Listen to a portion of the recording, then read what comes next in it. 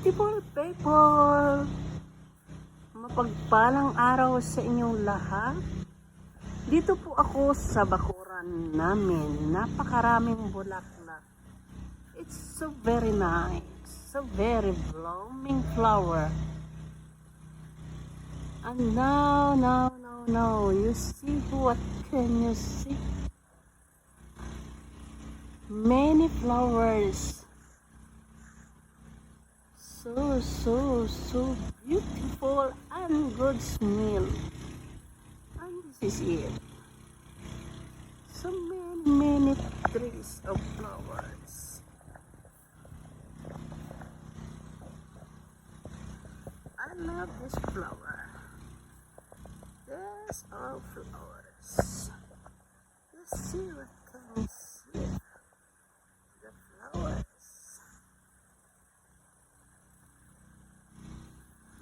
Hello! This is it, Marilo Calma. Pinipikuran ko lang po ang bakuran namin kaya nagagandahan ako sa napakaraming bulaklak. Napaka-fresh. Napakaganda ng mga kahoy ng bulaklak. Kita mo yan. So very good smell ang bakuran namin. Kahit ito na lang ay mayroon tayong roses. Napakaganda magtanim talaga ng mga bulaklak sa bakuran. Nagbibigay ng liwanag sa ating buhay. Nagbibigay ng kasiyahan sa ating buhay. Nagpapaligaya sa ating buhay. Makatanaw lang tayo ng bulaklak ay masaya na tayo sa ating buhay. Sila ay nagbibigay inspiration, nagbibigay ng oxygen sa ating buhay.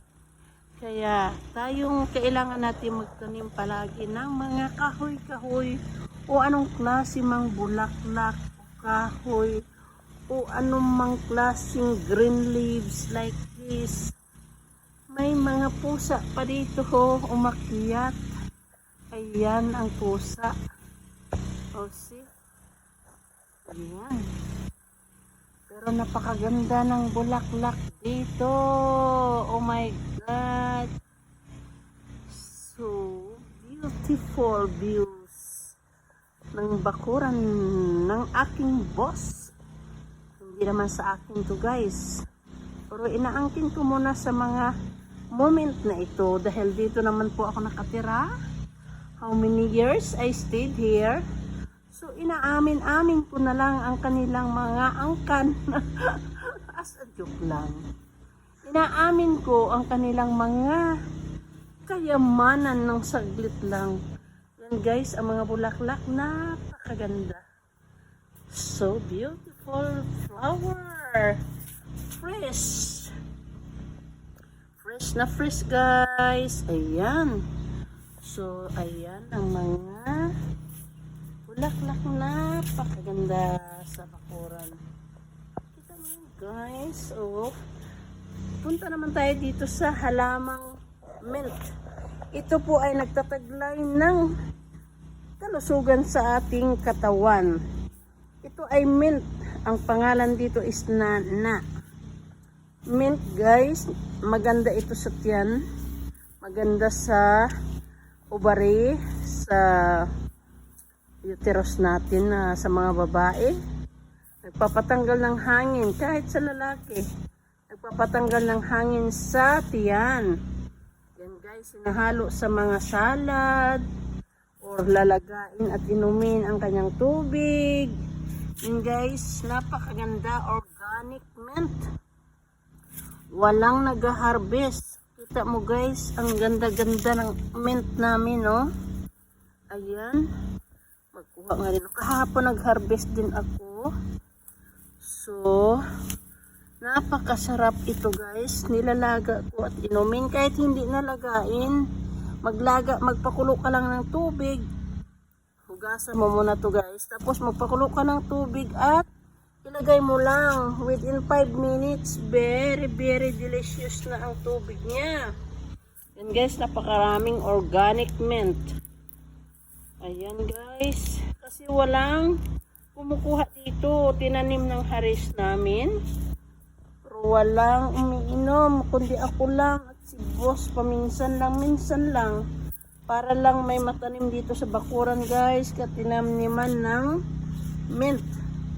At meron pang isa bukod sa mint ay habag. Ang habag ay nagtataglay din ng napakaganda sa tiyan. Ito guys, mabango at saka nagtatanggal ng mga lamig-lamig sa katawan. Napakabango ito guys. Ayan ang habag na sinasabi dito. Hindi ko alam sa English. Habag ang tawag namin dito sa Saudi Arabia. Ayan, napakaganda. Maraming mint guys, napakabango. Grabe. Ang bango-bango talaga ng mint. Itong habag sobrang bango. At saka itong mga mint guys, napakasarap talaga ang lago-lago niya. Oh. So, bukod dyan guys, meron pa tayong tree na olive leaves. Ayan, olive tree. Ito naman ay gamot din ito guys. Nilalaga din to at inumin para mag-control ng blood sugar, hypertension. Napakaganda ito guys. Yung dahon nito ay nilalaga. Laga lang ng mga 5 minutes at inumin guys before breakfast. Makontrol niya ang iyong blood sugar, ang iyong diabetes. Para hindi tumaas pag ikaw kumain. Kaya pag kumain ka, bago ka kumain, maglaga ka nito at inumin after 30 minutes to 45 minutes bago ka kumain. Kainumin mo ito bago ka kumain para yung kinakain mo makontrol na hindi tataas ang iyong diabetes. Ayan guys. Lagi ko to iniinom guys. Ayan. Oh, ito ang Cetone. Cetone 3. Ayan ang leaves niya guys. So, ayan na, mumulaklak na nga guys. Napakaganda ito. Ayan guys, napakalaki. Ayan. Kaya nga, oh. See?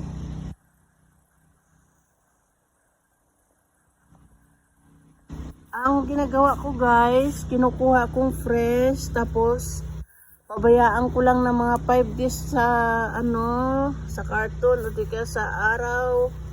Yan, para matuyot siya, pero hugasan mo muna. Tapos, yun ang nilalaga ko guys. Itong Cetone leaves. Ayan, Cetone leaves. Maganda yan guys sa blood sugar. You drink before you eat para makontrol niya ang iyong mga kinakain na hindi tataas. Siyempre, kumakain tayo ng kanin, karne, kung ano-ano pang matamis. Kaya yan ang nagdidepende sa ating sugar. At saka protection to sa ating katawan na nagbibigay sigla. Para hindi tayo magkasakit guys. Ayan. Comment below guys kung wala kayo iniinom na gamot. Kahit na may gamot kayo, ay ang gamot guys na galing sa pharmacy, naghahanap ng sakit sa katawan yan guys.